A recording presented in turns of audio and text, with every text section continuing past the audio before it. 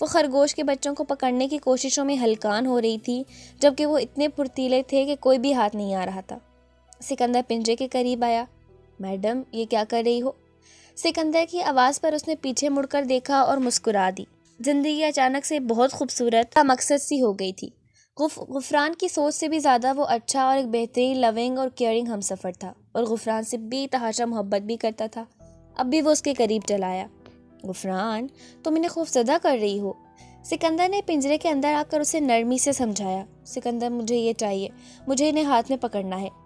وہ بچوں کی طرح ایکسائٹیڈ ہو رہی تھی۔ فی الحال تو تم اندر آ کر سوپ پیو، کے بیبیز پر نہیں، سکندر حارث بیگ کے بیبی پر دھیان دو۔ تمہارے لیے اچھل کود اور یہ بھاگ دوڑ ٹھیک نہیں ہے۔ کہتے ہوئے سکندر نے اسے اپنی چٹانی باہوں میں بھرا تو اس نے برے برے سے منہ بنائے۔ سکندر پلیز، یہ مجھے بچوں کی طرح ٹریٹ کرنا بند کریں۔ وہ روحانسی ہوئی۔ کروں گا، کیونکہ تم بھی کسی چھوٹی سی بچی سے کم کہاں ہو۔ سکندر نے اس کی ناک پر اپنے لب رکھے۔ جی نہیں، 24-25 سال کی اچھی خاصی میچور لڑکی ہوں میں۔ کام تو کوئی میچورٹی والا نہیں ہے۔ سکندر نے اسے چھیڑا۔ یہ سب آپ کی وجہ سے ہوا ہے، مجھے نہیں معلوم تھا کہ مولوی صاحب اتنے چھچورے ہیں۔ غفران نے کہتے اپنی ممتا کی جانب اشارہ کرتے حساب باغ کیا تو وہ اسے لاؤنج کے صوفے پر اتارتا گہرا مسکرایا۔ اپنی خوبصورت بیگم کے ساتھ چھچورا پن کرنے میں کوئی حرج نہیں ہے، ویسے بیگم کے ساتھ تو چھچورا پن کیا ہی جا سکتا ہے۔ سکندر نے اس کے بال کی سنہری آوارہ لٹ کو کان کے پیچھے کرتے اس کے ماتھے پر اپنے لب رکھے۔ غفران نے اس کی آنکھوں میں جھانکا۔ سکندر، مجھے سچ سچ بتائیں، آپ مجھے یہاں کیوں لے کر آئے ہیں؟ ہم حویلی واپس کیوں نہیں جا رہے؟ آپ مجھے پریشان نہیں کرنا چاہتے، مگر میں جانتی ہوں کہ آنکھوں میں ایک اندیکھی پریشانی کا عکس دکھائی دیتا ہے۔ آخر آپ مجھ سے شیئر کیوں نہیں کر لیتے کہ بات کیا ہے؟ وہ دور ہونے لگا تو سکندر نے اسے کندھوں سے تھام لیا اور سکندر کی آنکھوں میں جھانکا۔ سکندر نے جھک کر اس کا چہرہ اپنے شدت بھرے بوسوں سے مہکایا۔ کوئی خاص بات نہیں ہے میری جان، بس بابا کی جانب سے ایک پریشانی ہے جسے تمہارا جاننا ضروری نہیں، کیونکہ تم انہیں اچھے سے جانتی ہو کہ ان کی فطرت کیسی ہے۔ جو کوئی بھی مسئلہ ہے وہ میں بہت جلد حل کر لوں گا۔ اب تم کوئی اسٹریس نہیں لوگی، مما نانو کے پاس ہیں، جب واپس آ جائیں گی تو حویلی واپس چلیں گے۔ ابھی بس اپنا خیال رکھو۔ سکندر نے نرمی سے اسے سمجھایا تو غفران نے اس بات میں سر ہلا دیا۔ اسے کچھ تو تسلی ہوئی تھی۔ سکندر اس کے قریب بیٹھا تو اسے نے پرسکون ہو کر اس کے سینے پر اپنا سر ٹکا لیا۔ بیت السلطان کے ڈائننگ ہال میں اس وقت سب موجود تھے۔ لنچ کا وقت تھا، سب کھانا کھا رہے تھے۔ سوہن بیزار سی شکل بنائے اپنی پلیٹ میں چمچ چلائے جا رہی تھی۔ کھانے کی اشتہا آمیز خوشبوئیں اسے اچھی نہیں لگ رہی تھی کہ دل بہت زیادہ خراب ہو رہا تھا۔ ارے بچی، کچھ کھا تو لو، کب سے خالی پلیٹ لیے بیٹھی ہو؟ سائمہ بیگم نے اسے ٹوکا۔ مما، میرا کچھ بھی کھانے کو دل نہیں کر رہا، سوہن نے دھیمے سے کہا۔ ایسے کیسے؟ بس تھوڑا سا پلاؤ لے لو، سائمہ بیگم نے اصرار کیا۔ اچھا، میری پلیٹ میں اچار ڈال دیں مما، اس نے پھر دھیمے سے کہا تو نایاب نے چونک کر معنی خیزی سے سائمہ بیگم کی جانب دیکھا، جن کا چہرہ بے یقینی سے چمک سا رہا تھا۔ اب سب ہی سوہن کی جانب متوجہ ہو گئے تھے۔ ابھی اس نے ایک نوالا ہی منہ میں رکھا تھا کہ وہ تیزی سے اپنی جگہ سے اٹھی اور اپنے کمرے میں بھاگ گئی۔ سائمہ بیگم اور روزگل گھبرا کر اس کے پیچھے گئی تھیں۔ کمرے میں داخل ہوئیں تو وہ واش روم میں واش بیسن کے اوپر جھکی ہوئی تھی۔ اسے شدید قسم کی وومیٹنگ ہو رہی تھی۔ سائمہ بیگم نے اندر آ کر اس کی پیٹھ تھپ تھپائی۔ اس نے منہ دھویا تو سائمہ بیگم اسے لیے باہر چلی آئیں۔ سوہن، تم… ابھی سائمہ بیگم کچھ کہتی کہ وہ ان کے بازوں میں جھول گئی۔ سائمہ بیگم کو گھبراہٹ ہوئی۔ نایاب! سائمہ بیگم نے چلا کر نایاب کو آواز دی۔ روزگل نے سوہن کو سہارا دیا۔ نایاب بھاگ کر کمرے میں آئی۔ دونوں نے اسے سنبھال کر بیڈ پر لٹایا۔ اس وقت حویلی میں سلطان خان زادہ، یشم، اریب، انل یا ویرا میں سے کوئی بھی موجود نہیں تھا۔ ویرا، انل امریکہ گئے تھے، جبکہ یشم اور اریب بھی ڈیوٹی پر تھے۔ سلیمان خان زادہ بھی کسی ضروری کام سے باہر تھے۔ سائمہ بیگم نے یشم کو کال ملائی اور اس سے سوہن کی طبیعت کا بتایا۔ پھر اسی کے کہنے پر ویرا والے ہاسپٹل میں اپنی جاننے والی ڈاکٹر کو فون کیا اور ڈرائیور بھیج کر انہیں حویلی ہی بلا لیا۔ پریہا، جسے اس بیڈ روم میں آنے کی اجازت نہیں تھی، بی جان سمیت آج تو وہ بھی اس بیڈ روم میں موجود تھی اور سنجیدگی سے اس جہازی سائڈ بیڈ پر نیم دراز اس وجود کو دیکھے جا رہی تھی۔ سائمہ بیگم اور نایاب کو سوہن کی موجودگی صورتحال سے جو اندازہ ہو رہا تھا وہ ان کے لیے کسی خوشیوں کے پیغام سے کم نہیں تھا۔ سائمہ بیگم کے تو پاؤں زمین پر ہی نہیں ٹک رہے تھے۔ بی جان اور داجی بھی پریشان ہو گئے۔ جلدی ڈاکٹر حویلی چلی آئیں۔ ڈاکٹر نے سب کو باہر جانے کا کہا اور سوہن کا تفصیلی چیک اپ کیا۔ سوہن نے آہستگی سے آنکھیں کھولی۔ کیسی ہیں مسز یشم سلطان خان زادہ؟ کیسی طبیعت ہے آپ کی؟ کیسا محسوس کر رہی ہیں آپ؟ ڈاکٹر نے خوشگواریت سے پوچھا تو سوہن نے اپنا سر تھام لیا۔ اسے ایسے محسوس ہو رہا تھا جیسے زمین آسمان اب بھی اس کی آنکھوں کے سامنے گھوم رہے ہیں۔ ڈاکٹر، میرا سر چکرا رہا ہے۔ سوہن نے اپنا سر تھاما۔ حوصلہ رکھیں مسز خانزادہ، آپ بالکل ٹھیک ہیں، بلکہ بہت بڑی خوشی کی بات ہے۔ ڈاکٹر مسکرائیں۔ سوہن نے آس بھری نگاہوں سے ان کی جانب دیکھا تو ڈاکٹر نے اسبات میں سر ہلایا تو سوہن کا دل پسلیوں سے سر ٹکرانے لگا، آرزوں پر لالی چھانے لگی۔ سوہن نے سکون سے آنکھیں موند لی۔ آخر سائمہ بیگم کے اندر آنے پر ڈاکٹر نے اشارہ کیا تو سائمہ بیگم نے دروازہ کھول دیا۔ سب بے چین سے اندر داخل ہوئے۔ بی جان سب سے پہلے آگے بڑھیں کہ جانتی تھی ذرا سی اونچ نیچ پر ان کا پوتا پوری حویلی سر پر اٹھا لے گا۔ ڈاکٹر، کیا ہوا ہے بچی کو؟ سب خیر خیریت تو ہے نا؟ یہ ٹھیک تو ہے نا؟ جی مسز خانزادہ، آپ کی بہو بالکل ٹھیک ہے، بلکہ آپ کے لیے بہت بڑی خوشخبری ہے، وہ یہ کہ آپ پردادی بننے والی ہیں۔ ڈاکٹر کے کہنے کی دیر تھی کہ سب کے چہرے خوشی کے مارے کھل اٹھے۔ سب ایک دوسرے کو مبارکباد دینے لگے، مگر ان سب میں ایک چہرہ ایسا تھا جو غصے اور اشتعال سے سیاہ پڑ چکا تھا۔ یہ کیا بکواس ہے؟ کیوں خوش ہو رہے ہیں آپ لوگ؟ یہ یش کا بچہ نہیں ہے، یش نے اس کو ہاتھ تک نہیں لگایا۔ مجھے معلوم ہے، اپنی بہو سے پوچھیں اس نے کس کے ساتھ اپنا منہ کالا کیا ہے، کس کا گند اپنی کوکھ میں لیے گھوم رہی ہے، کس کا گناہ یشم کے سر تھوپنا چاہتی ہے۔ پریہا کی چیختی آواز نے سب کے چہرے کی مسکراہٹ غائب کر دی، جبکہ کمرے میں داخل ہوتے یشم سلطان خانزادہ کے قدم اپنی جگہ پر ساکت ہوئے تھے۔ وہ تیزی سے پریہا کے سامنے آیا تھا۔ چٹاخ! ایک زناٹے دار تھپڑ پریہا کے ہوش اڑا گیا۔ میں تم پر ہاتھ نہیں اٹھانا چاہتا تھا، مگر آج یہ تھپڑ تمہیں نہ ایک شوہر نے مارا ہے نہ سپاہی نے۔ آج ایک باپ نے اپنے بچے کی شناخت پر سوال اٹھانے پر تمہارے منہ پر یہ تھپڑ جڑا ہے۔ مجھے ایک سوال کا جواب دو پریہا، تمہیں کیسے پتا کہ میں نے اسے ہاتھ لگایا یا نہیں؟ یا تم ہماری جاسوسی کر رہی تھی، یا پھر اسے ڈراتی دھمکاتی رہی ہو کہ یہ میرے قریب نہ آئے؟ یشم نے شرر بار لہجے میں کہا۔ سوہن نے بیڈ سے اٹھ کر بے تحاشا روتے ہوئے یشم کا بازو تھاما۔ یشم نے اس کے گرد اپنا بازو حمائل کر کے اسے اپنے سینے سے لگایا۔ پریہا خانزادہ، میں یشم سلطان خانزادہ اپنے پورے ہوش و حواس میں تمہیں طلاق دیتا ہوں۔ یشم کی بات پر پریہا کا چہرہ کوئلے کی طرح سیاہ پڑ گیا۔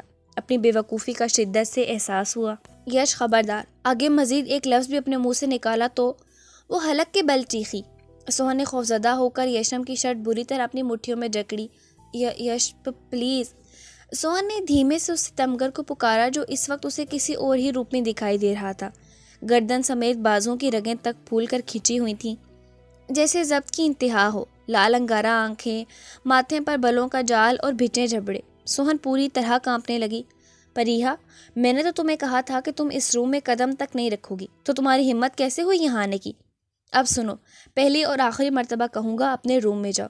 میں نہیں چاہتا اس خوشی کے موقع پر تمہارا حاسد سایہ تک میری زندگی پر پڑے۔ Now you get lost from here. یشم دہاڑا تھا۔ پریہا وہاں سے چلی گئی۔ سوہن بری طرح رونے لگی۔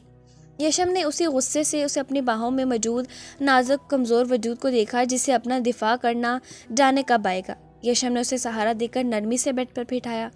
تب بی جان آگے بڑھی اور انتہائی محبت سے پوتے کی پیشانی چومی۔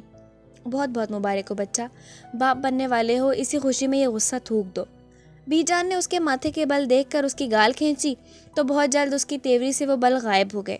داجی آگے بڑھے اور اسے اپنے سینے میں بھینچ لیا۔ جیو شیر، خوش کر دیا۔ اب یہ خوشخبری ذرا اپنے باپ کو بھی سنا دو کہ وہ دادا بننے والا ہے۔ داجی نے مسکرا کر کہا تو وہ بھی مسکرا دیا۔ تھینکس داجی۔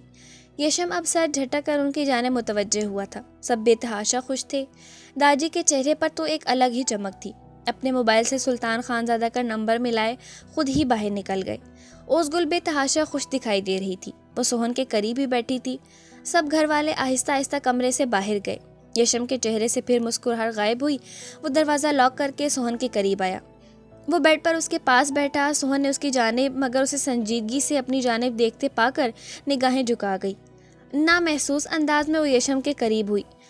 آپ اتنا غصہ کیوں کر رہے تھے؟ سوہن نے بے وقوفی بھرا سوال پوچھا۔ ایک نارمل انسان کو ایسی باتوں پر اتنا ہی غصہ آتا ہے۔ اب بیبی کی ماما کو تو آیا نہیں، اسی لیے بیبی کے بابا کو ہی دونوں کا غصہ ایک ساتھ نکالنا پڑا۔ یشم نے سنجیدہ لہجے میں کہا تو سوہن اپنے ہاتھوں کی انگلیاں چٹکانے لگی۔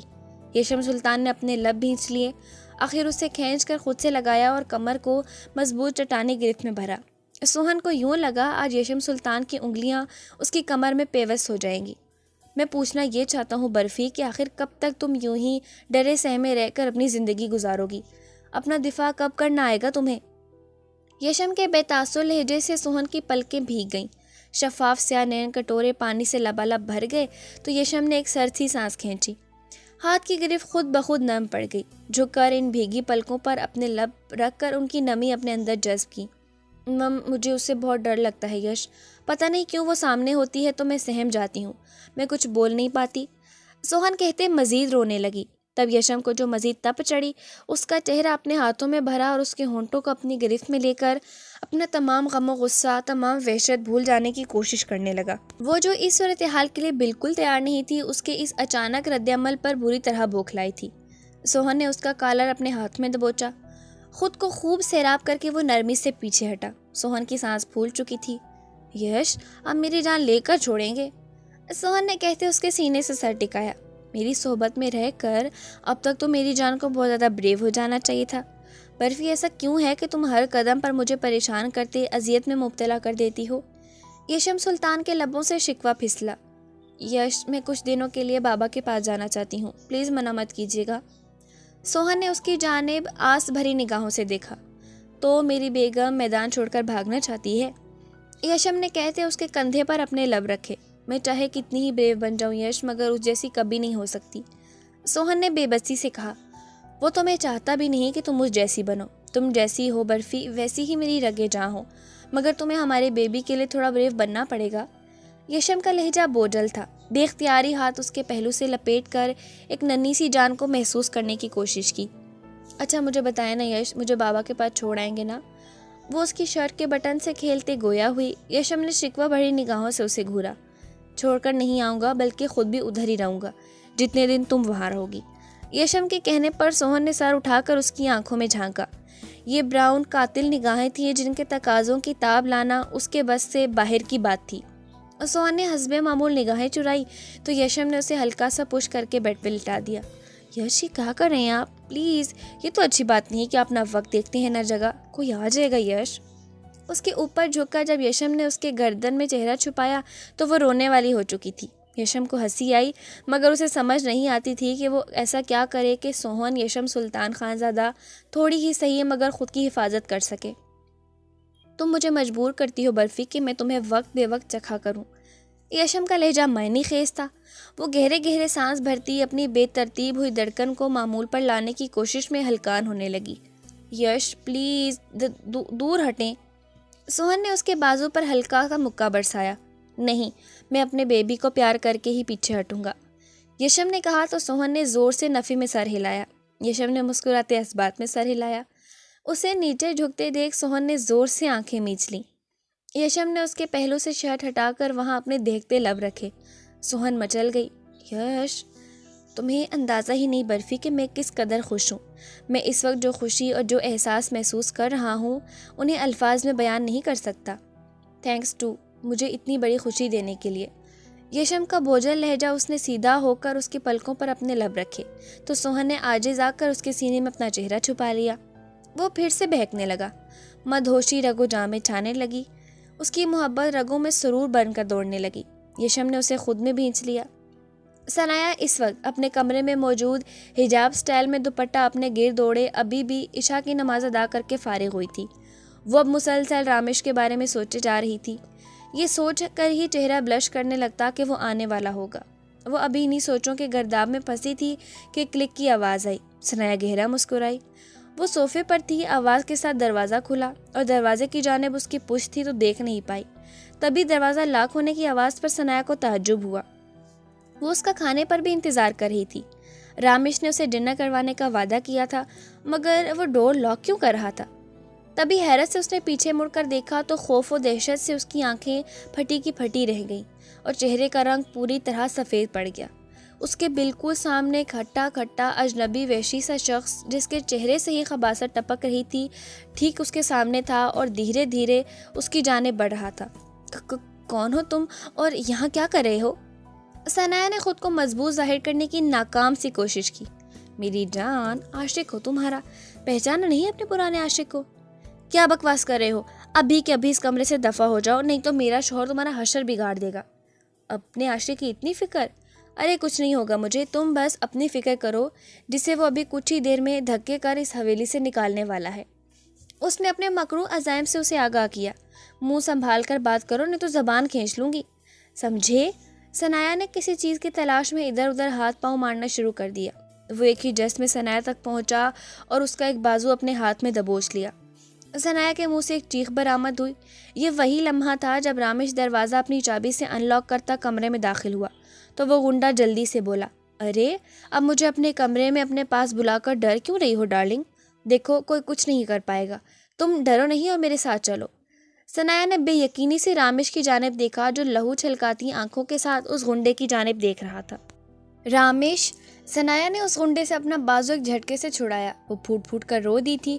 رامش ثنایا کو اپنے پیچھے دھکیلتا اس غنڈے کی جانب لپکا، اس کو گریبان سے دبوچ کر ایک دھماکے سے زمین پر پٹخا۔ وہ جو یہ سمجھ کر آیا تھا کہ سامنے والا یہ صورتحال دیکھ کر اپنی بیوی پر پل پڑے گا، اب خود زوردار لاتوں اور گھونسوں کی زد میں تھا۔ یہ وہی لمحہ تھا جب سکندر اس کمرے میں داخل ہوا تھا۔ رامش کو تقریباً گھسیٹ کر بازو سے پیچھے ہٹایا۔ رامش، بچی کو سنبھالو، بہت ڈر گئی ہو وہ، میں اسے دیکھ لیتا ہوں۔ سکندر نے چلا کر رامش کو کہا تو وہ ثنایا کی جانب متوجہ ہوا جو خوف و دہشت سے سفید پڑ گئی تھی۔ رامش نے کھینچ کر اسے اپنے سینے میں بھینچ لیا۔ ادھر وہ غنڈا جو اپنا پلان ناکام ہوتے دیکھ دھول چاٹ چکا تھا فرار ہونے کو کھڑکی کی جانب بھاگا، مگر سکندر نے کسی چیل کی طرح اسے اپنے پنجوں میں دبوچ لیا۔ کہاں سرکار سائیں، ابھی تو بڑا حساب کتاب باقی ہے، اچھے سے کہاں چل دیے؟ سکندر نے اسے دبوچ کر ایسا دھونکا کہ وہ ادموا ہو گیا۔ اے سنو، ہم جانتے ہیں کہ تم ہمارے کسی اپنے کے ہی بھیجے گئے پالتو کتے ہو، تو اب اگر مرنا نہیں چاہتے تو مجھے سچ سچ بتاؤ، کس نے بھیجا تمہیں؟ سکندر نے رامش سے خنجر تھام کر اس کی گردن پر رکھا تو وہ ہٹا کٹا انسان خوف سے سفید پڑ گیا۔ وہ یہاں آ کر پچھتایا تھا جس سے دونوں بھائی اس کے خون کے پیاسے ہو چکے تھے۔ وہ جانتا تھا وہ بچ نہیں پائے گا۔ تب اس نے بے ہوش ہونے کا ناٹک کرنا چاہا۔ سکندر رامش کو اشارہ کرتا اس غنڈے کو گھسیٹتے ہوئے کمرے سے باہر نکل گیا۔ رامش، وہ میں نن نہیں، وہ یقین۔ وہ بھلک بھلک کر روتے بری طرح پینک ہو رہی تھی۔ چپ، بالکل چپ۔ مجھے معلوم ہے ثنایا، مجھے تم پر خود سے بھی زیادہ بھروسہ ہے۔ میں جانتا ہوں یہ گھٹیا اتنی گری ہوئی حرکت کون کر سکتا ہے، کس کی اتنی اچھی چال ہے یہ، مجھے معلوم ہے ثنایا، تم پلیز رونا بند کرو۔ وہ جو بری طرح پینک ہو رہی تھی، رامش نے اسے جھنجھوڑ ڈالا، مگر ثنایا روئے گئی۔ تبھی اس کمرے میں سعدیہ بیگم اور غفران چلی آئیں۔ ثنایا کو ایسے روتے دیکھ وہ بری طرح بوکھلائی تھیں۔ مما، بھابھی، آپ اسے سنبھالیں، میں ابھی آتا ہوں۔ رامش نے ثنایا کو خود سے الگ کر کے سعدیہ بیگم کو تھمایا اور سکندر کے پیچھے لپکا۔ وہ باہر گیا۔ ثنایا بلک بلک کر رو رہی تھی، تبھی پوری حویلی ایک فائر کی آواز سے ہل کر رہ گئی۔ ثنایا پوری طرح سفید پڑ گئی تھی۔ مما، یہ رامش، وہ میری وجہ سے اس ظالم سے لڑ رہے ہوں گے۔ وہ ظالم انسان رامش کو کچھ کر نہ دے، رامش کو کچھ نہیں ہو سکتا۔ وہ اپنے حواسوں میں نہیں تھی، شاید اسی لیے غفران اور سعدیہ بیگم سے اپنا آپ چھڑا کر مردان خانے کی جانب بھاگی۔ دونوں بھائی جارحانہ تیور لیے اس غنڈے کو گھسیٹ کر مردان خانے میں لائے تھے، اور حارث بیگ جو بڑی شان سے اپنی بیٹھک میں اپنے جیسے دوستوں کے ساتھ بیٹھا تھا، اسے لا کر اس کے قدموں میں پٹخا۔ حارث بیگ کے اطمینان میں رتی برابر بھی فرق نہیں پڑا تھا، جبکہ باقی دو دوست اچھل کر اپنی جگہ سے اٹھے تھے اور کچھ ہی دیر میں باپ بیٹوں کے درمیان ہونے والی گرما گرمی کو دیکھ کر بھاگ کھڑے ہوئے۔ کسی گارڈ یا نوکر کی جرات بھی نہیں تھی کہ ادھر بھٹک سکے۔ یہ کیا بدتمیزی ہے؟ کیا تکلیف ہے تم دونوں کو؟ کون ہے یہ؟ کس کو میرے قدموں میں لا پھینکا ہے؟ حارث بیگ نے کہتے اس غنڈے کو خونخوار نگاہوں سے گھورا، جس کے ہاتھ کمر پر باندھ کر منہ پر ٹیپ لگائی گئی تھی۔ یہ آپ کا پالتو کتا ہے جو کہ سارا سچ اگل چکا ہے۔ اس سے آپ نے ہی ثنایا کے کمرے میں بھیجا تھا نا، یہ ڈپلیکیٹ کی دے کر۔ سکندر حارث بیگ کے سامنے وہ چابی لہراتا دھاڑا تھا جو کہ اس نے تلاشی کے دوران اس غنڈے سے برآمد کی تھی۔ ابھی تک سچ اگلنے والا پتا ہی پھینکا تھا، کیونکہ اتنی دھلائی کے بعد بھی وہ غنڈا سچ نہیں اگل رہا تھا، لیکن منہ بند ہونے کی وجہ سے کچھ بول نہیں سکتا تھا۔ تیر بالکل نشانے پر لگا تھا۔ حارث بیگ کے چہرے کا رنگ بدل گیا تھا۔ وہ ایک جھٹکے سے اپنی جگہ سے کھڑا ہوا۔ سیکنڈز کا کھیل تھا۔ حارث بیگ نے اپنی گن نکالی اور فائر کر کے اس غنڈے کا سینہ چھلنی کر دیا۔ وہ ایک زبردست وار سے ہی زمین پر ڈھیر ہو گیا۔ سکندر اور رامش پھٹی پھٹی آنکھوں سے خون میں لت پت اس غنڈے کو زمین پہ ڈھیر ہوئے دیکھتے رہے۔ یعنی آج یہ خوش فہمی بھی دور ہو گئی تھی کہ ان کا باپ ایک قاتل نہیں ہو سکتا۔ وہ تو ایک بہت خونخوار قاتل تھا جو کبھی بھی کسی کو بھی قتل کر سکتا تھا۔ پالتو کتا تو میرا ہی تھا، مگر جب ہلکاؤ زیادہ ہو جائے تو اسے گولی مار دی جاتی ہے۔ تمہیں کیا لگتا ہے رامش، حارث بیگ، میں تمہیں اس طوائف کے ساتھ عیاشیاں کرنے دوں گا؟ حارث بیگ نے غراتے ہوئے کہا۔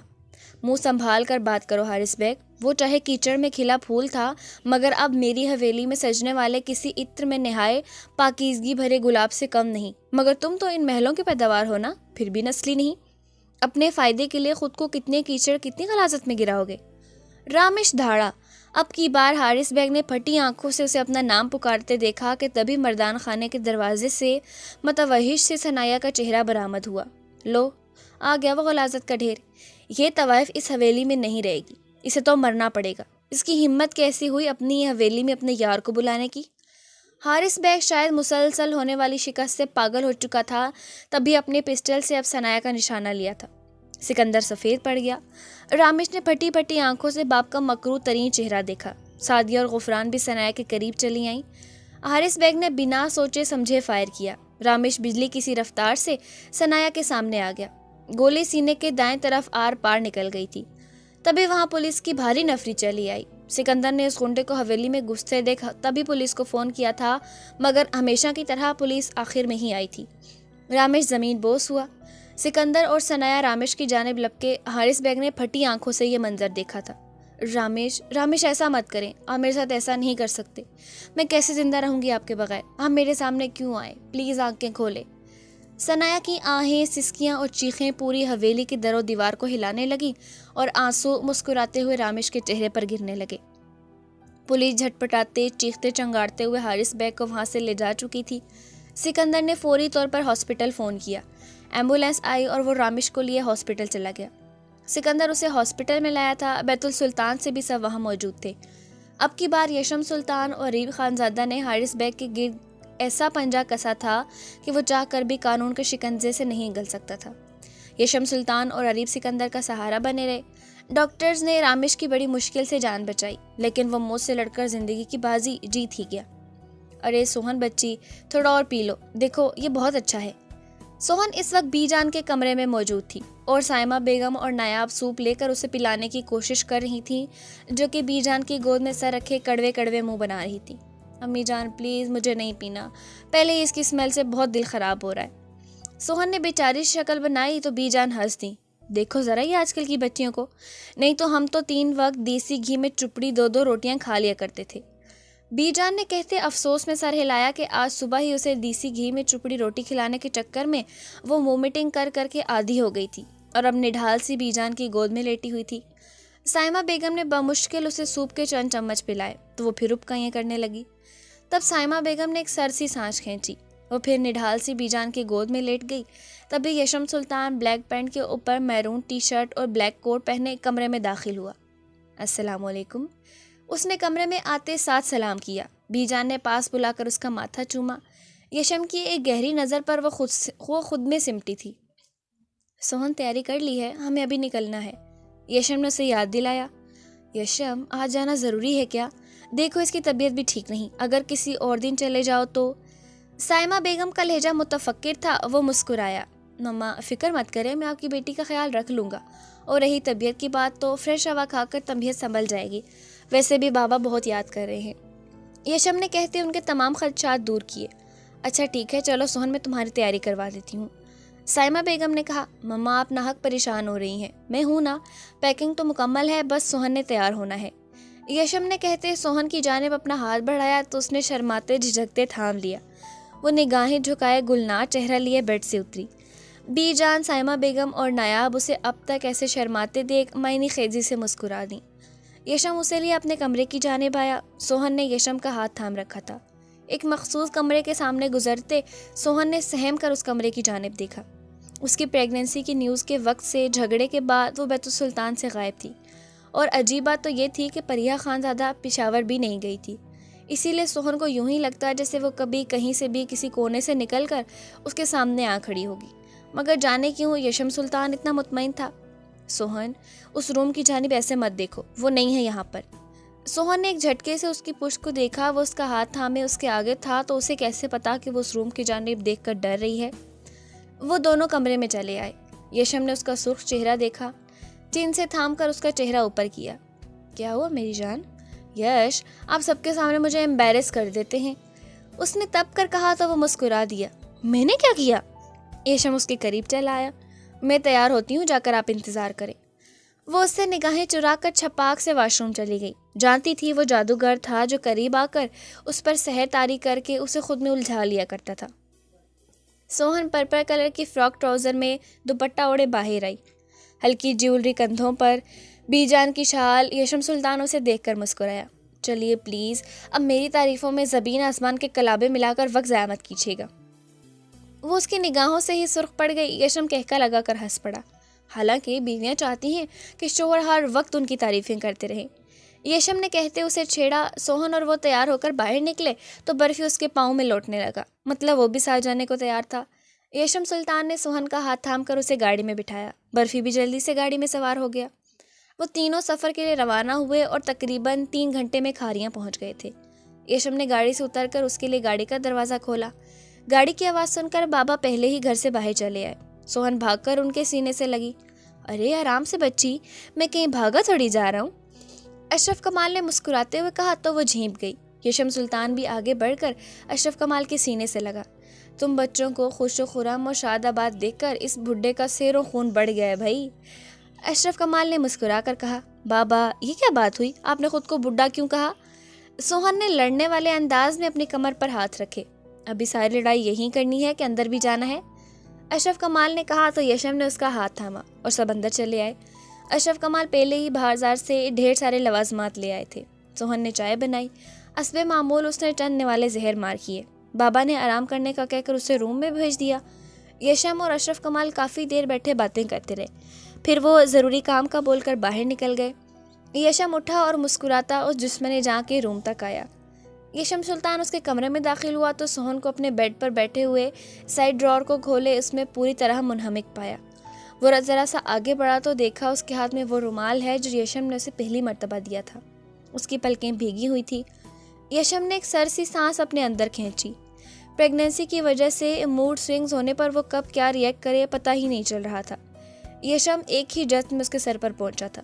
وہ بیڈ پر اس کے بہت قریب بیٹھا تو سوہن کو اپنے بہت قریب ایک مخصوص کلون کی خوشبو اور دل فریب آہٹ محسوس کر کے اب ہوش آیا تھا کہ وہ اس کے پاس چلا آیا. یش کے آنے سے برفی جو اس کے قدموں میں لوٹ رہا تھا چپ چاپ کمرے سے باہر نکل گیا. یش آپ کب آئے؟ وہ خود کو کمپوز کرتی رومال واپس ڈرار میں رکھتی اس کی جانب پلٹی تھی جو گہری نگاہوں سے اس کے تاثرات جانچ رہا تھا. حسب معمول لو دیتی نگاہوں کی تپش کی تاب لانا سوہن کی طبیعت پر گراں گزر رہا تھا. اسی وجہ سے اس نے نگاہیں چرانا چاہی مگر ایسا کر نہیں پائی تھی کہ اگلے لمحے وہ اس کی باہوں کے حصار میں مقید ہو چکی تھی. یشم نے اسے اپنے سینے سے لگایا تو یشم کی بے چین دھڑکنیں اس اپنے سینے میں مدغم ہوتی محسوس کر کے سوہن کے عارضوں پر بلال بکھرنے لگا. یشم نے ایک بقرار سا شدت بھرا بوسہ اس کے لبوں پر چھوڑا. ان تپتے ہونٹوں کے لمس اور گھنی ڈارک براؤن مونچھوں کی چبھن تھی جس نے اسے خود میں سمٹنے پر مجبور کر دیا تھا. یش پلیز بابا آ جائیں گے اندر؟ وہ بمشکل اتنا ہی بول پائی تھی. نہیں آئیں گے، باہر گئے ہیں. تم یہ بتاؤ اس رومال کو دیکھ کر کیا سوچ رہی تھی اور یہ نمی پلکوں پر کیوں اتری؟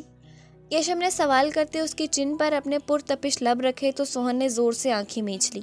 میں نہیں بتاؤں گی آپ کو. اس نے منہ پھلایا تو وہ گہرا مسکرا دیا.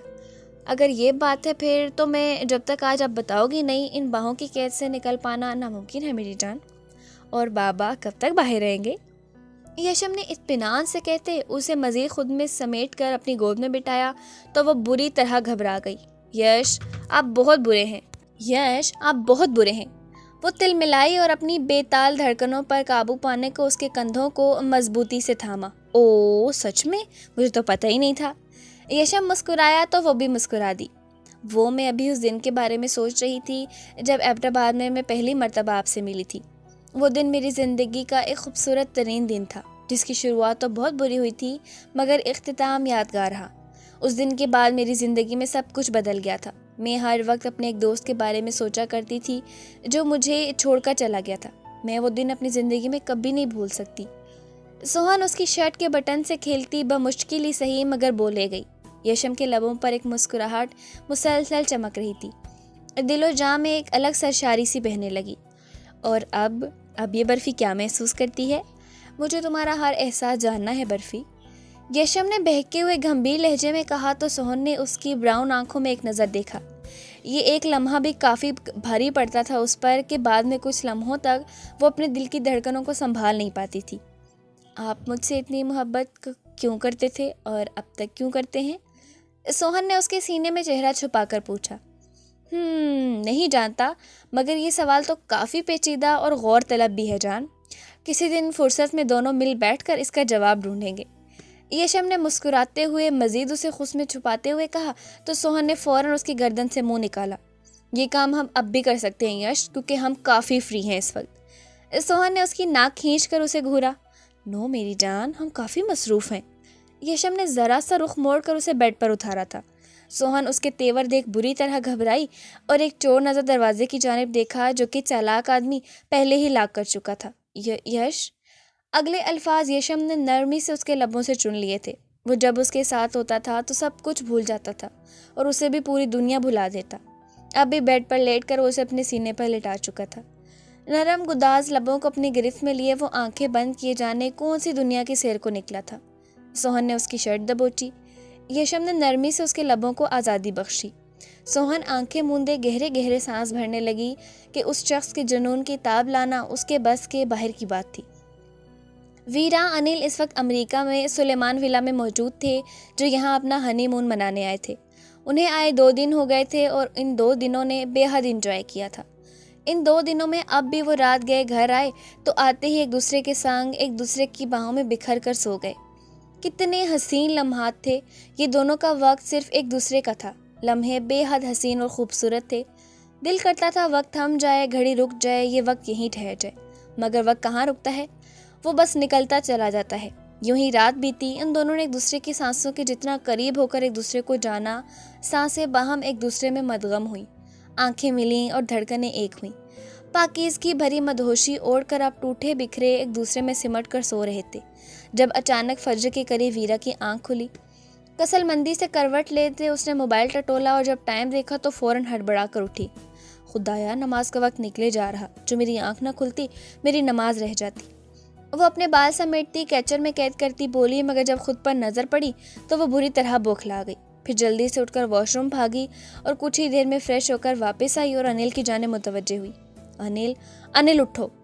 اس کے اوپر جھکے وہ اسے ہلاتے ہوئے بولی۔ انل کسمسا کر کروٹ بدل گیا۔ ویرا نے اس کی کمر پر دھپ رسید کی، وہ کرنٹ کھا کر اٹھ بیٹھا۔ اوفو، کیا ہے خانی، کیوں ستم پر اتر آئی ہو؟ ہوا کیا ہے؟ اتنی رات کو بھی چین نہیں تمہیں، چڑیل کہیں، وہ بڑبڑایا۔ اب کی بار ویرا نے اسے گھورا۔ تم ہوگے جن، میں تمہیں چڑیل دکھتی؟ ٹائم دیکھو، اٹھو اور نماز پڑھو، نہ دین کا پتہ نہ دنیا کا، اٹھو انل۔ وہ اس کے سر پر کھڑی چلائی۔ انل نے اسے آنکھیں پھاڑے دیکھا۔ محترمہ خانی صاحبہ، پڑھتا ہوں میں نماز، ابھی تو سویا تھا، سونے دو، پکا صبح اٹھ کر پڑھ لوں گا۔ وہ دوبارہ لیٹنے لگا۔ ویرا نے بازو پکڑ کر اسے جھنجھوڑا۔ جو فجر اور عشاء کی نماز میں کوتاہی کرے وہ سب سے بڑا منافق ہے، گناہ گار، اس کی کوئی نماز پوری نہیں ہوتی۔ انل اٹھو پلیز۔ اف ویرا یار، کیا ہے؟ وہ اس کے اتنا کہنے پر اٹھ بیٹھا اور فریش ہونے چلا گیا، جبکہ ویرا اس کا انتظار کرنے لگی۔ کچھ ہی دیر میں وہ باہر آیا تو سامنے ہی بیٹھی حجاب سٹائل میں دوپٹہ لیے وہ اس کا انتظار کر رہی تھی۔ جو برے برے منہ بناتا اب باہر آیا تھا۔ صبح قضا بھی پڑھی جا سکتی تھی، گھنٹہ تو ہوا ہے، ابھی سوئے ہیں اور تم نے اٹھا کر رکھ دیا۔ قضا نماز کا کیا فائدہ؟ آدھی نماز آدھا ثواب، تمہیں نہیں پتا؟ اور ویسے بھی نماز اپنے وقت پر پڑھی جاتی ہے، ٹھیک اسی طرح جیسے تم سوتے وقت پر ہو، کھاتے وقت پر ہو۔ اور میں یہ بات بالکل برداشت نہیں کروں گی کہ میرا ہم سفر بے نمازی ہو یا نماز میں کوتاہی کرے، سمجھے؟ خوبصورت سی وضاحت دیتی وہ اپنی دھن میں بولتی انل کو مسکرانے پر مجبور کر گئی۔ وہ اپنی آستین اور پینٹ ٹخنوں سے فولڈ کی اس کی جانب آیا اور سنت نبوی کے تحت نماز سے پہلے اس کے سر پر مسکرا کر بوسہ دیا اور اس کا ہاتھ تھامے جائے نماز تک لایا۔ ویرا نے مسکرا کر اسے دیکھا۔ مجھے منظور ہے میری جنگلی بلی، تم نماز کے معاملے میں میرے ساتھ سختی کر سکتی ہو۔ اف، نہیں کروں گا، بلکہ اچھا لگے گا کہ میری بیوی کو میری آخرت کی فکر ہے۔ اسے اپنے ساتھ کھڑے کیے وہ مسکرا کر بولا تو ویرا گہرا مسکرا دی۔ ویرا نے انل کی امامت میں نماز پڑھی، یکجا ہو کر دعا کی اور اینڈ پر اس نے انل پر آیت الکرسی پڑھ کر پھونک دی تو وہ مسکرایا، مگر پھر شرارت سے گویا ہوا۔ تم نماز پڑھتے ساتھ ہی جادو ٹونا کرنے لگی ہو مجھ پر؟ مسکراہٹ دباتے وہ مصنوعی حیرانگی سے اسے دیکھتا بولا۔ ویرا نے اس کے بازو پر چٹکی کاٹی۔ بڑے کوئی کوجے انسان ہو، آیت الکرسی پڑھی تھی مگر تمہیں شرافت راس نہیں۔ وہ اپنا حجاب کھولتی بولی تو انل وہاں سے اٹھ کھڑا ہوا۔ مجھے تم پوری کی پوری راس ہو میری جان۔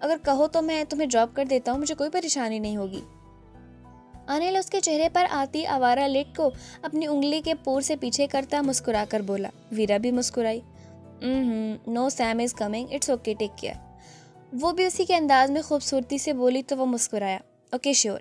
وہ کہتا اس کے ماتھے پر بوسہ دیتا آگے بڑھ گیا. ویرا نے پیچھے دھمال ڈالی. شکر ہے چلا گیا, ورنہ مجھے تو لگا تھا مجھے ساتھ لے کر جائے گا. اب میں اپنا کام کرتی ہوں, وہ کہتی فٹافٹ ہاتھ چلانے لگی. یوٹیوب کے مزے سے دیکھتی ایک ریڈ ویلویٹ کیک تیار کیا اور وائٹ کریم سے اس پر خوبصورتی سے لکھا ہیپی 4 months آف ٹوگیدرنس. ویرا کچھ ہی دیر میں کیک تیار کر کے وہاں سے نکلی اور ولا کے پچھلی جانب چلی آئی جہاں خوبصورت سا باجیچہ تھا. اس نے سیم کو بلایا تھا جو ایونٹ پلان کیا کرتی تھی.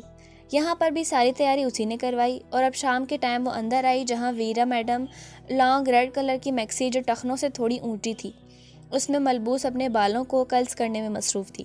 اوہو, لگتا کوئی آج بڑا رومانٹک ہو گیا ہے. کیا بندہ بشر کی جان لوگی ریڈ روز؟ سیم اسے چھیڑتے ہوئے بولی تو وہ ایک دم لال ہوئی. دفع ہو جاؤ تم, انل بہت محبت کرتا ہے مجھ سے, بدلے میں میرا بھی کچھ حق بنتا ہے, بس اس لیے بتاؤ کیسی لگ رہی ہوں میں؟ کسی پری سے بھی زیادہ حسین. خیر تم باقی دیکھ لینا. ویرا میں بھی چلتی ہوں, مجھے ضروری کام ہے, میں نے سارا ارینج کروا دیا ہے, تمہیں پسند آئے گا امید ہے. میں دیکھے بغیر کہہ سکتی ہوں کہ وہ بہت اچھا ہوگا. اوکے, اپنا خیال رکھنا. وہ اس کے گلے لگتی بولی تو وہ مسکراتے ہوئے بائی کہتی باہر نکل گئی. ویرا کچھ ہی دیر میں مکمل تیار تھی. لانگ ریڈ میکسی میں مخملی بازو میں پہنی ڈائمنڈ کی واچ اور دوسرے ہاتھ میں پہنی گھڑی, گلے میں منہ دکھائی کر دیا گیا ایک خوبصورت سا پینڈنٹ, ہلکا لائٹ میک اپ اور لبوں پر لال لپسٹک جمائے وہ کسی اپسرا سے کم نہیں لگ رہی تھی. اب تو ویسے وقت جیسے تھم گیا تھا, ایک منٹ گزارنا مشکل تھا. وہ کب سے اس کے انتظار میں تھی مگر وہ آئے کے نہیں دے رہا تھا. آخر انتظار ختم ہوا اور باہر سے مخصوص بھاری بھوٹوں کی آواز پر اس کا چہرہ کھل اٹھا اور وہ فوراً اٹھ کر شیشے کے سامنے آئی, خود کو سیٹ کیا اور پھر جلدی سے کمرے کے شیشے پر ایک چٹ بڑا سا کر کے لکھا اور شیشے سے چپکا دیا. باہر کی طرف واپس قدم لو جانا. انل جیسے ہی کمرے میں داخل ہوا وہاں پر کوئی نہ تھا. اس نے باہر دیکھا تو باہر بھی کوئی نہ تھا. کیا وہ اب تک واپس نہیں آئی ہے؟ خود سے سوال کیا, لیکن وہ جیسے شیشے کے سامنے آیا تو اس پر نوٹ پڑھ کر حیرانی میں مبتلا ہوا اور پیچھے مڑ کر دیکھا. تجسس کے مارے باہر قدم لیا. ویرا میری جان کہاں ہو؟ باہر آتے ادھر ادھر دیکھ کر وہ بولی مگر اس کی آواز دیواروں سے ٹکرا کر واپس آ گئی. وہ کوریڈور میں آگے بڑھا تو چونکا کہ ایک سر بکھیرتی مدھر خوبصورت آواز کانوں میں رس گھول رہی تھی. تو ہی ہے میری ساری زمین, تجھ پر ہی آ کر رکوں, تیرے سوا میں کہاں جاؤں, تو ہی میری ساری زمین تجھ پر آ کر رکوں. تم ملے تو لمحے تھم گئے, تم ملے تو سارے غم گئے, تم ملے مسکرانا آ گیا, تم ملے جادو چھا گیا, تم ملے تو جینا آ گیا, تم ملے تو میں نے پایا ہے جہاں. انل نے باہر کی جانب قدم بڑھائے تو سمجھ آئی. انابی لبوں پہ مسکراہٹ پھیل گئی. وہ قدم قدم لیتا اس آواز کے سرور میں ڈوبا بیک یارڈ میں آیا جہاں وہ جانے کہاں چھپی ہوئی گانا گا رہی تھی. مگر سامنے ٹیبل بے حد خوبصورت طریقے سے سجایا گیا اور بالکل سامنے ٹیبل کے اوپر ان کی تصویر لگی ہوئی تھی جس میں انل کا وہ گال چوم رہی تھی. وہ کیک اور باقی اس قدر شاندار سجاوٹ دیکھ کر دل سے مسکرائے گیا. بے قراری سے آس پاس ڈھونڈا جو وہ چھپی ہوئی تھی. قدم قدم لیتی اس کی جانب اپنا گانا گنگناتی آئی. اس کو بیک ہگ کرتی, اس کے کندھے پر چین ٹکاتی, اس کے گال پر اپنے لال لب رکھتی بولی. انل کے رگوں پے پر سنسناہٹ سے اتری. وہ فوراً اس کی جانب مڑا اور گہری نظر سے اسے دیکھا جس کا دو آتشہ حسن بجلی بن کر اس پر گرا تھا. انل اسے دیکھے گیا اور اس کے لب کھلے مگر وہ فوراً اس کے قریب ہو گئی. Happy 4 months of togetherness my dearest friend. اس کے گلے میں بازو حمائل کرتی وہ پیار سے بولی اور اس کا ماتھا چوما. انل نے پرسکون ہو کر آنکھیں موند لی. تھینک یو میری جان, یہ سب میرے لیے بہت خوبصورت اور قیمتی ہے. اس کے لبوں سے لب ملائے وہ خوبصورتی سے کہتا گویا ہوا. وہ مسکرائی. اور میرے لیے خوبصورت یہ لمحے اور تمہارا ساتھ ہے انل. انل وعدہ کرو ہمیشہ مجھ سے یوں ہی محبت کرو گے اور یوں ہی میرے ساتھ رہو گے. ویرا نے اس کے سینے پر سر ٹکایا. میں یہاں موجود ہر شے کو گواہ بنا کر کہتا ہوں کہ تمہیں میری محبت میں کبھی کمی محسوس نہیں ہوگی. اس محبت کو ہمیشہ بڑھتا ہوا ہی محسوس کرو گی. میں تمہیں ہر روز یہ احساس دلاؤں گا کہ تم میرے لیے کتنی قیمتی ہو. خوبصورتی سے کہتے وہ اس کی رگوں پہ میں سکون دوڑا گیا. آؤ کیک کاٹیں. وہ اسے لیے ٹیبل کی جانب مڑی. وہ بھی اسے ہسار میں لیے کھڑا ہوا. دونوں نے خوشگواریت سے کیک کاٹا. ڈنر ایک ساتھ کیا۔ یہ لمحے بہت قیمتی تھے جنہیں ان دونوں کو بھرپور انداز میں جینا آتا تھا۔ ویرا اس کے سینے سے سر ٹکائے ہوئے تھی۔ دونوں دیر رات تک باتیں کرتے رہے۔ یہ باتیں تھیں جو ختم ہونے کا نام ہی نہیں لیتی تھیں۔ وہ ایک دوسرے کے سنگت اور قربت میں یوں ہی ایک دوسرے کو خوش نصیب تصور کرتے رہے۔ وہ کسی ضروری کام سے باہر گیا تھا تو اب اثر ادا کر کے ہی واپس لوٹا تھا۔ کچن سے آتی کھٹ پٹ کی آواز سے وہ اس کی جانب متوجہ ہوتا کچن میں ہی چلا آیا۔ اسے انہماک کے ساتھ کام کرتے دیکھ وہ مسکرایا۔ سوہن نے پیچھے مڑ کر دیکھا اور مسکرا کر اسے وش کیا۔ کیا ہو رہا ہے برفی؟ خوشبو تو بریانی کی آ رہی ہے۔ یشم سلطان نے ایک گہری سانس بھری۔ بابا اور آپ کے لیے بریانی ہی بنا رہی ہوں، مگر بابا آئے نہیں اب تک۔ سوہن نے اس کے تعاقب میں باہر جھانکا مگر یشم حیران ہوا تھا۔ اس وقت تو وہ بول کر گئے تھے کہ ابھی آ رہا ہوں، حیرت ہے ابھی تک آئے نہیں۔ وہ زیر لب کہتا ہوا باہر چھوٹے سے صحن میں نکلا۔ پاکٹ سے فون نکال کر اشرف کمال کا نمبر ڈائل کیا مگر اس پر کوئی رسپونڈ نہیں کر رہا تھا، اور ایسا بابا نے کبھی نہیں کیا تھا۔ اس نے 3 سے 4 مرتبہ کال ملائی مگر ریسیو نہیں کیا گیا۔ یشم سلطان کا مگ ٹھٹھنکا۔ ایک چور نظر کھڑکی سے جھانکتے اس نیلے آنچار پر ڈالی اور کچھ سوچتے گھر سے باہر نکلا۔ باہر نکلتے ہی تیزی سے ایک نمبر ڈائل کیا۔ ایک نمبر سینڈ کر رہا ہوں، ریسنٹ لوکیشن چیک کرو ابھی، یشم نے کہتے فون رکھا۔ 5 سے 10 منٹ کے اندر ہی کال بیک آئی۔ سر، نمبر کی ریسنٹ لوکیشن تو اسی جگہ کی ہے جہاں آپ اس وقت موجود ہیں۔ سامنے سننے کو ملا، تبھی برفی دم ہلاتا اس کے قریب آیا۔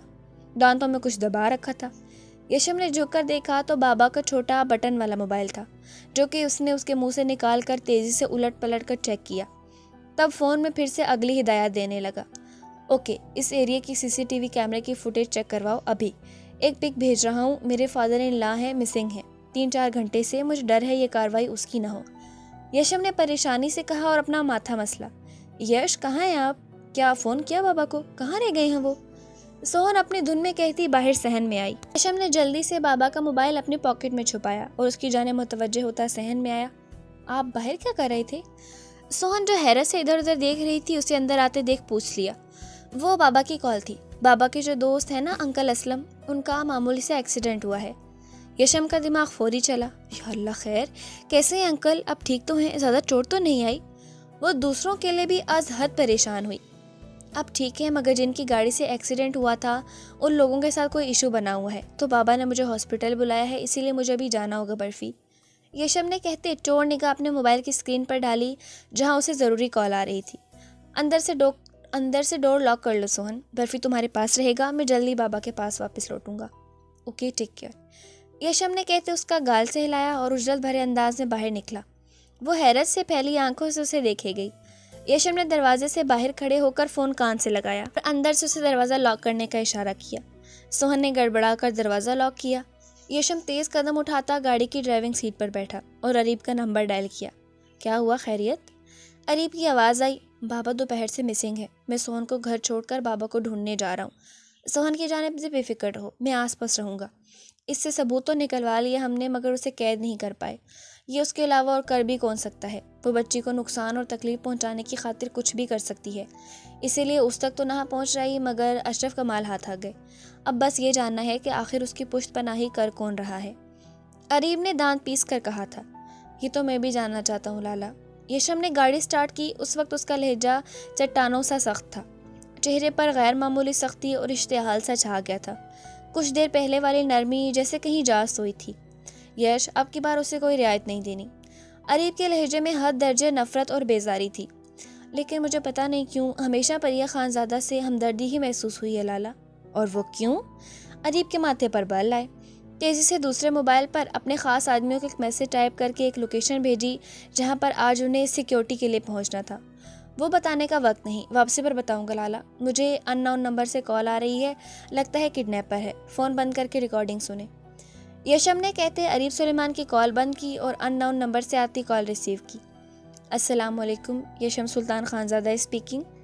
یشم نے اپنے لہجے میں ٹھہراؤ پیدا کیا تاکہ یہ نہ لگے کہ وہ پریشان ہے، مگر نتیجہ توقع کے عین مطابق تھا۔ کیسے ہو ڈیئر ہبی؟ کیا ڈھونڈنے جا رہے ہو؟ کہیں اپنے فادر اینڈ لا کی تلاش تو نہیں؟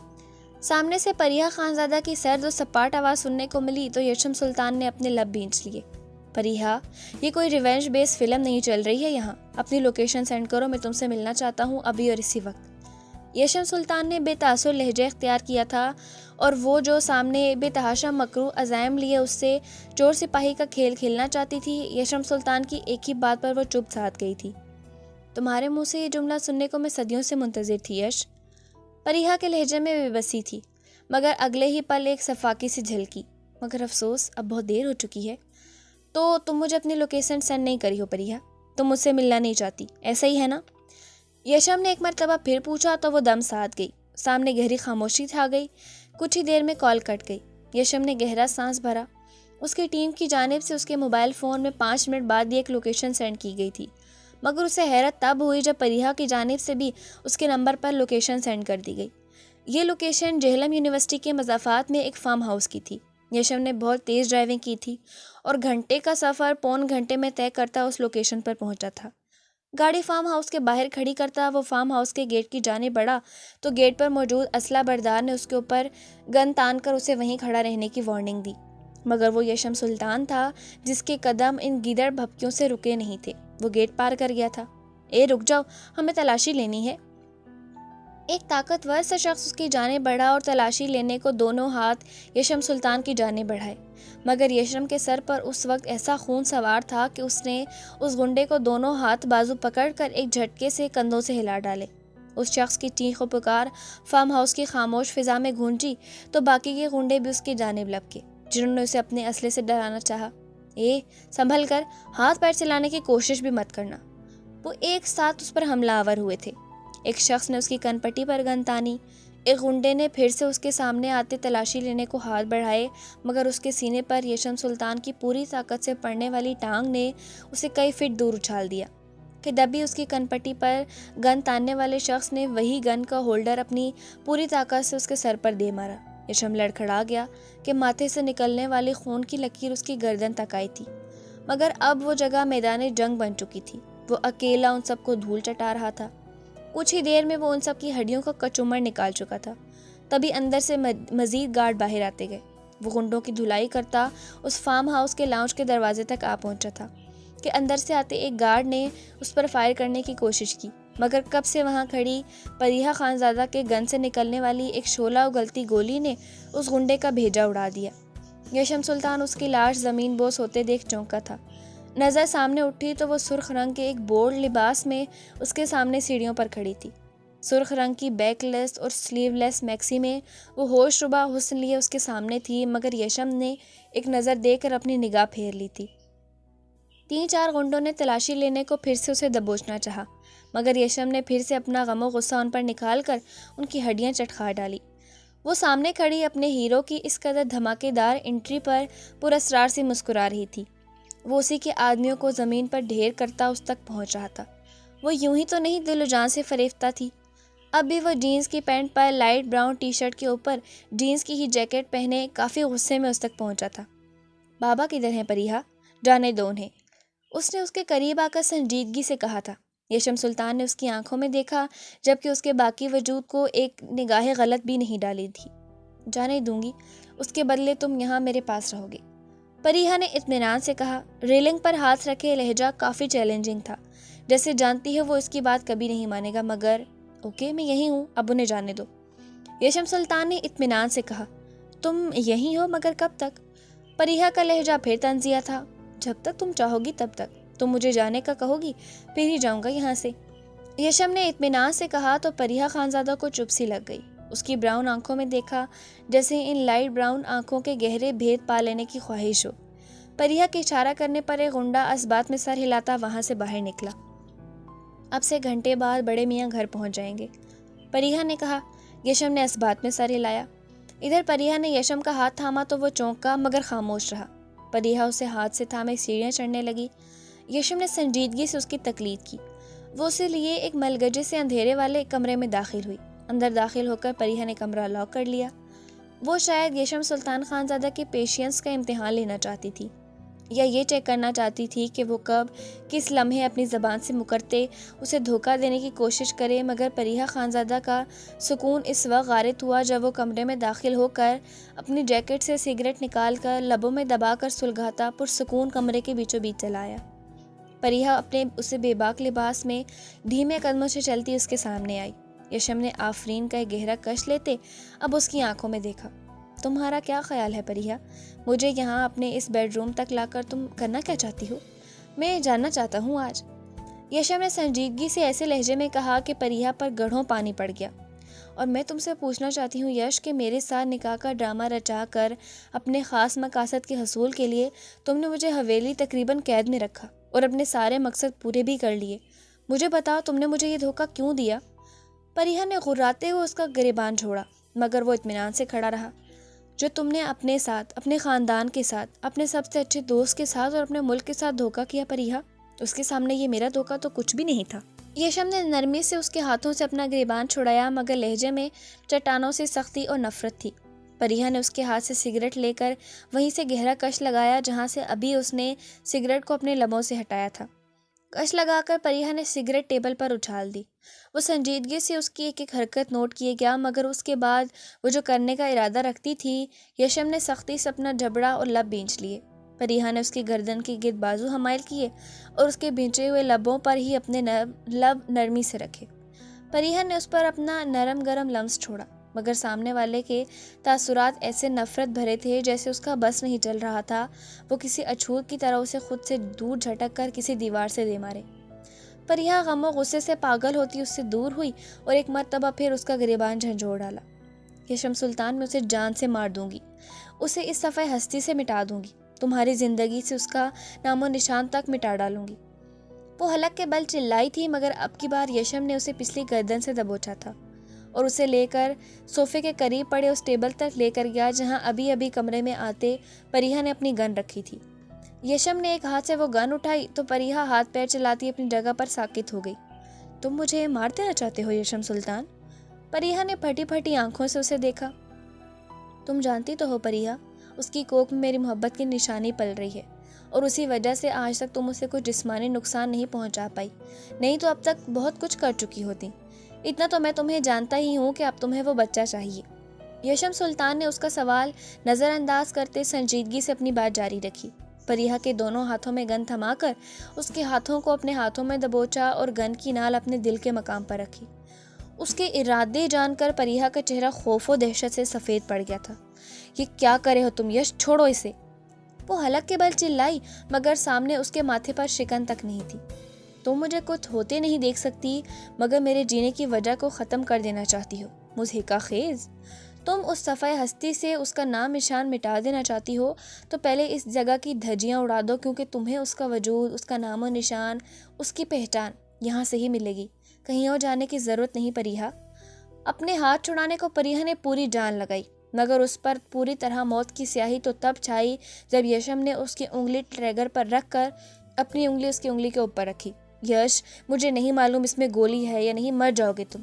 گن سیدھا تمہارے دل کے نشانے پر ہے۔ یش، کیا پاگل پن ہے، میں کہتی ہوں چھوڑو اسے۔ پریہا مچھلی کی طرح تڑپتی چلائی۔ میں اپنے سر پر کفن باندھ کر یہی تو تمہیں سمجھانے آیا ہوں پریہا کہ تمہارا نشانہ میرا دل ہی ہے، یہاں رہتی ہے وہ۔ پہلے اس دل کے چیتھڑے اڑاؤ، پھر اس کے وجود تک پہنچنا۔ ناؤ شوٹ می۔ یشم سلطان نے پہلی مرتبہ دھاڑ کر کہا تھا۔